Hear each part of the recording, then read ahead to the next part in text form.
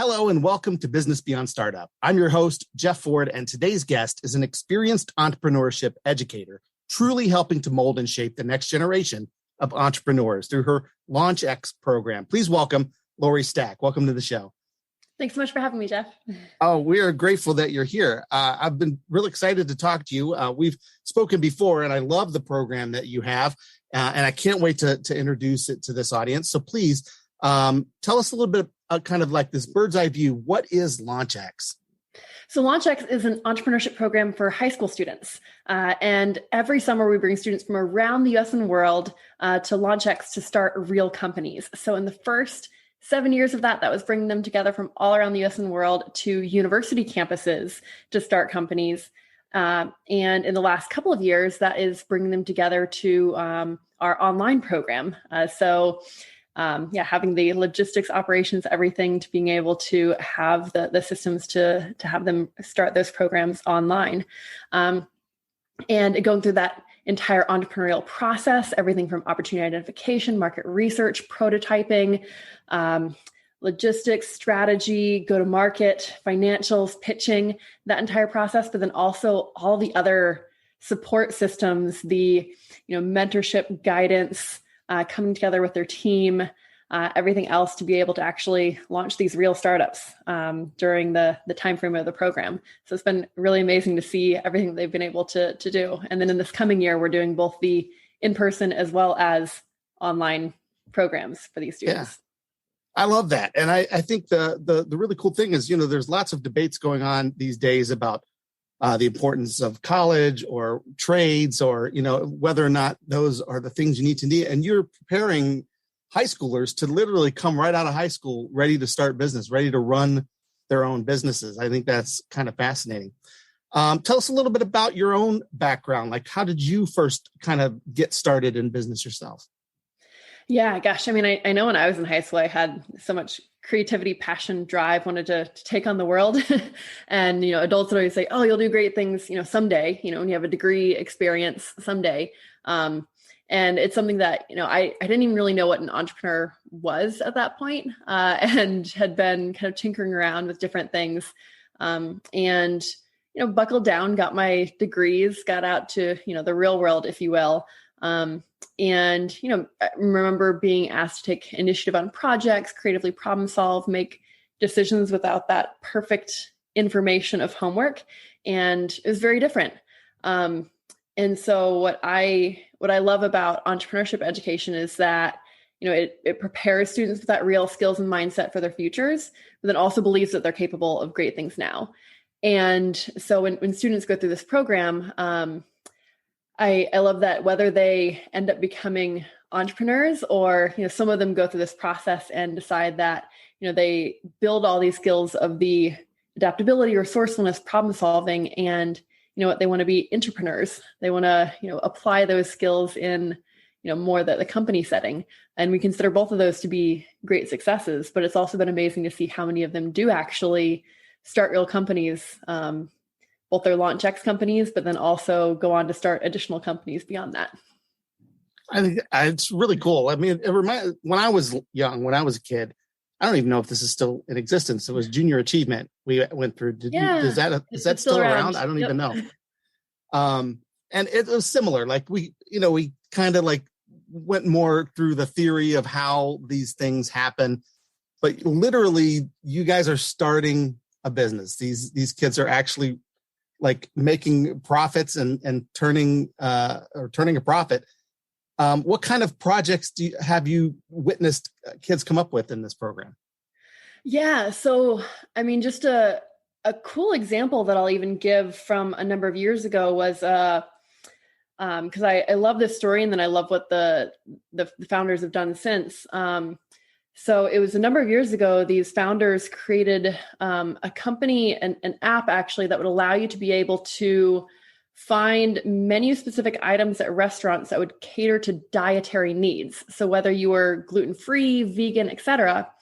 And then, you would also be able to pair with other people that you were going out to dinner with to say, all right, if one person is gluten-free, one is vegan, like let's find a restaurant that we can go out to that meets these different needs. And in the short time frame of the summer, they had launched their app. They had found several restaurants in the area that were already on it, and they had this technology that would allow them to scrape the web for the menus of the restaurants, and then like validate those menus with the restaurants. And so they, after the summer, continued their app, got an initial investment, and then unfortunately, they ended up not continuing with it because they did run into some tech hurdles of the scalability of it.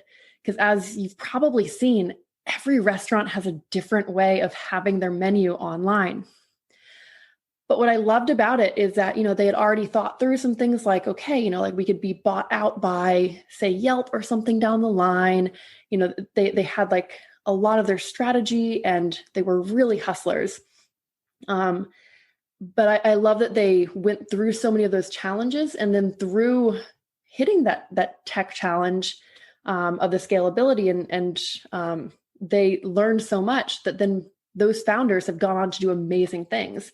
So one of them, for example, since then, created a network of international hackathons in a number of different countries that has supported thousands and thousands of high school students.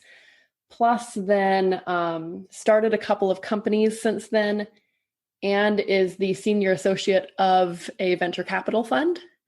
And the other one,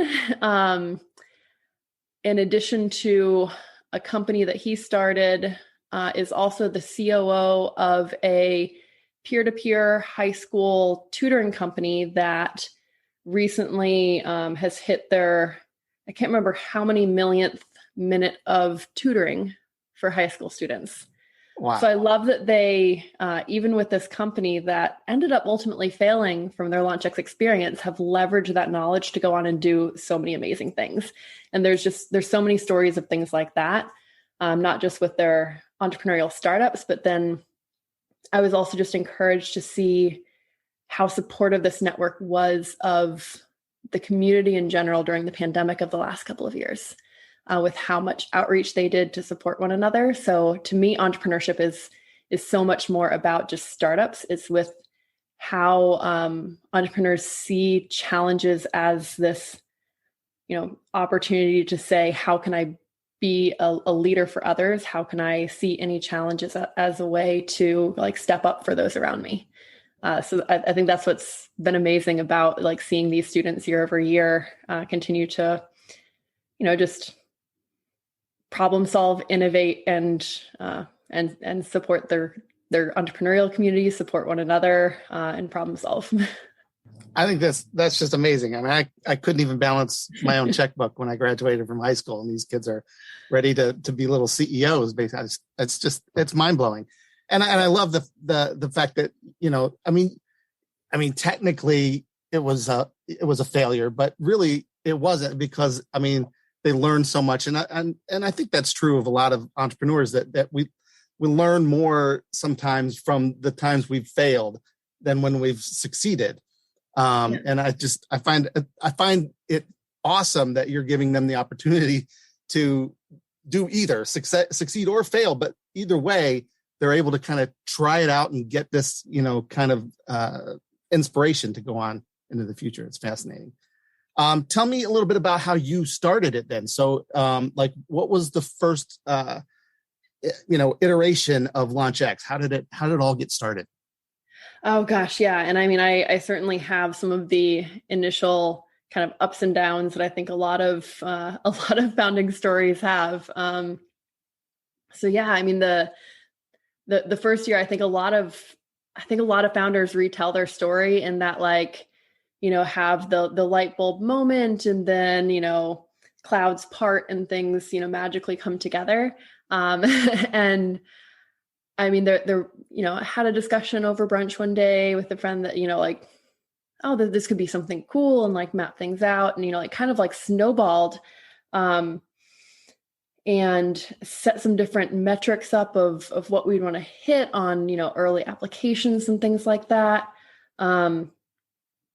And I mean, I know I've told some people a story of this before, but realized early that one of the most important things for putting together a program like this, like the reason that students want to come is, to have that amazing network of other young entrepreneurs coming together and to build something cool. Those are like the couple of amazing things.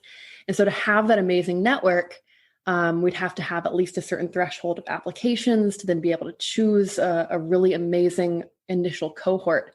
So we had a target of number of applications and an early and a regular round, and benchmarked and said, okay, well, about X percent end up being in the early versus regular round.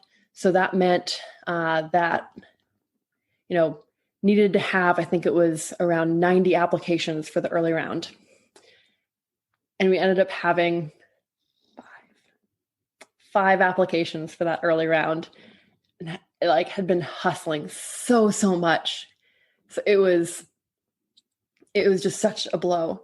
And I think so many entrepreneurs, when they get that initial feedback, just say, oh, okay, this is a sign that people don't want this.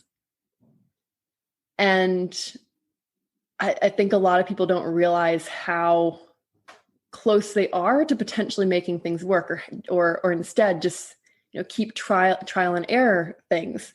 Because we are proof that there's so much demand for entrepreneurship education at the high school level. There is clear need for it.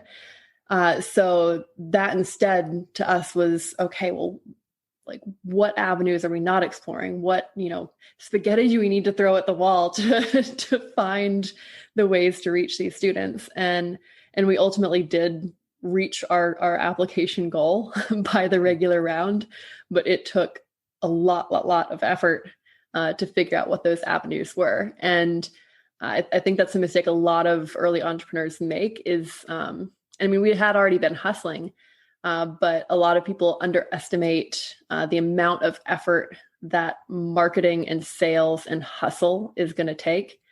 They think that, whether it's social media will be the end all be all, or, one partnership will be the end all be all, or, one or two little things here or there, if they get an article written that, oh my gosh, everybody's just going to be flooding in.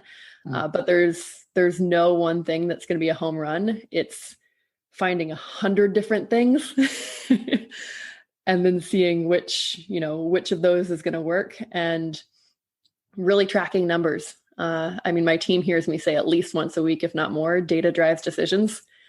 And so tracking everything and just continually trial and error to see what's going to work. And just realizing that, if you found something that you think is going to be worthwhile, it's going to be worth that hard work. And those early numbers don't necessarily mean that customers don't care. It just means that you haven't found the right ways to get it in front of them yet. And there's countless stories of this, whether it's, just countless stories of different companies, different successful startups that it's the same way. And so it was continuing to push on that, finding the right partnerships, whether that early partnership with MIT took a million no's before it was a yes.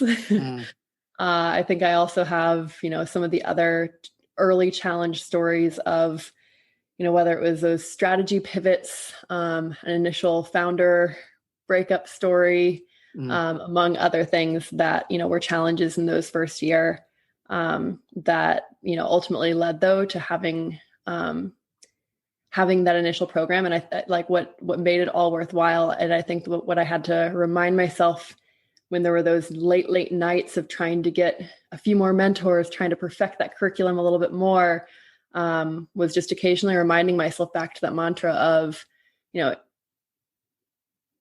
we're bringing together these students and allowing them to do cool things.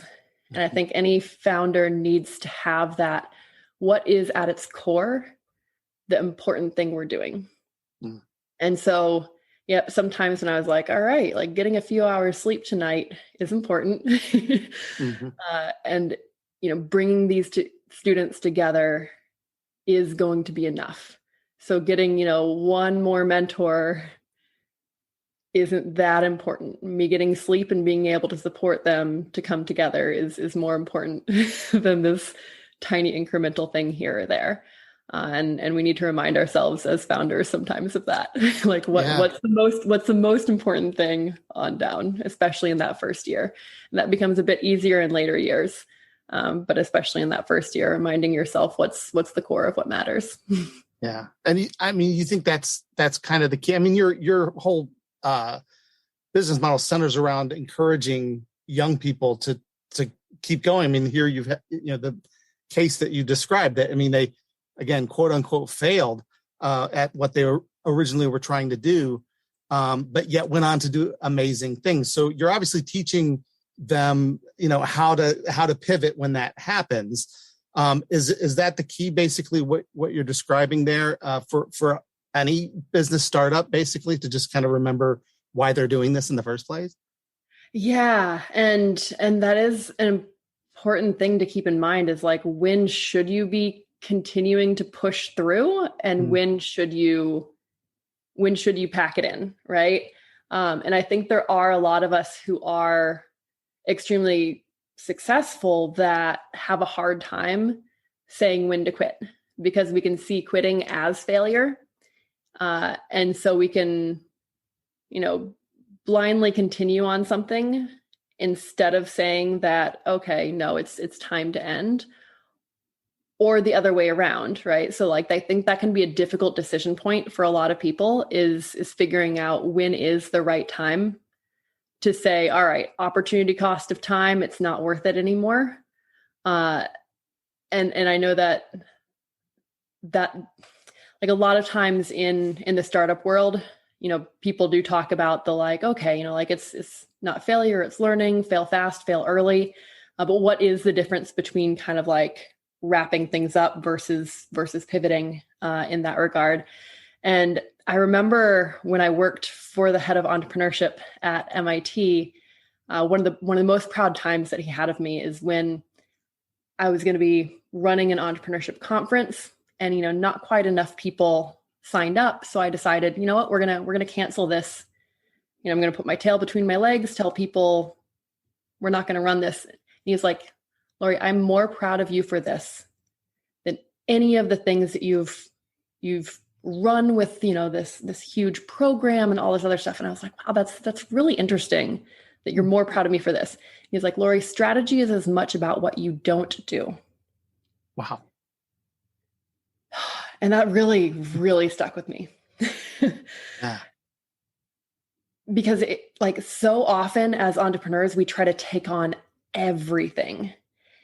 And it can be tough to kind of continue forward with, like, oh my gosh, I've already have this like sunk cost of my time in all of this. And would it be embarrassing to say that,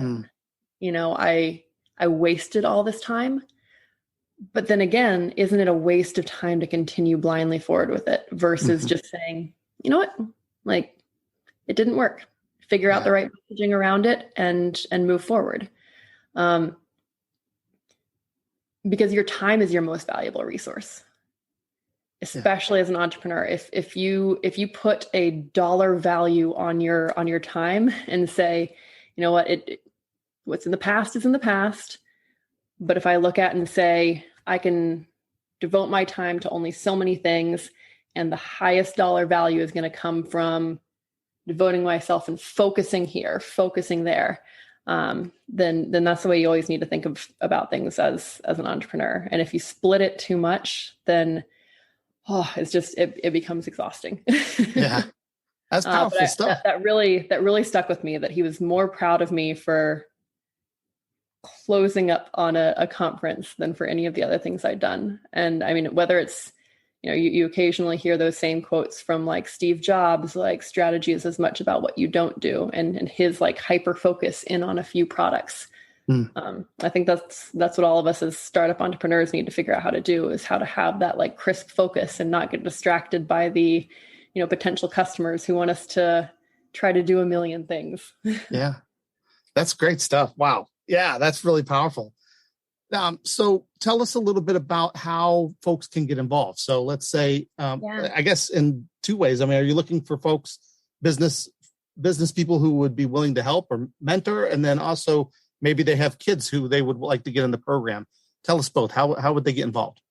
Yeah, both. So we would love to have any startup founders who might be out there to help support some of these young entrepreneurs. I know that it is intensely rewarding and inspirational to be working with some of these students. Gosh, I mean, I know that they push me all the time to do more, be more, et cetera. I mean, some of the cool things that we continue to implement in the program are a direct result of the young entrepreneurs themselves. We have a number of them come back and intern each year, and I learn about the cool things to implement a lot of times from them. So they keep us on our toes. Yeah. So yeah, if anyone would be interested in being involved as a mentor, we can send you where that mentor link is at. The easiest way would be to just email us at info@launchx.com, because otherwise trying to give you where the link is of the mentor link is a bit long. And then the application is open for our coming summer. And as I mentioned, we have both the in-person campus location and the online one. And the application is available at apply.launchx.com. And more information about the program itself is at launchx.com. That's awesome. And I still think this is probably one of the coolest programs I've ever heard of. I just, again, especially now, I have my own kids, growing up and trying to help them kind of figure out what to do in life. It's just, that's the hardest thing to figure out when you're young like that. And, I have one son who kind of paid his own way through trade school, and he's doing great. And others, who are they thinking, should I go to college? Do I need to? What do I want to do? I already have some skills. What do I do next? I just love the idea that they could come, just be ready to start a business this right away. And that's just fascinating. Thanks for coming on the show and telling us about it. And I'm sure that people are going to be, coming to find out more. Yeah, thanks so much. I appreciate you having me on the show. And thank you for listening to another episode of Business Beyond Startup. We'll see you next time. Awesome. And where's the pause?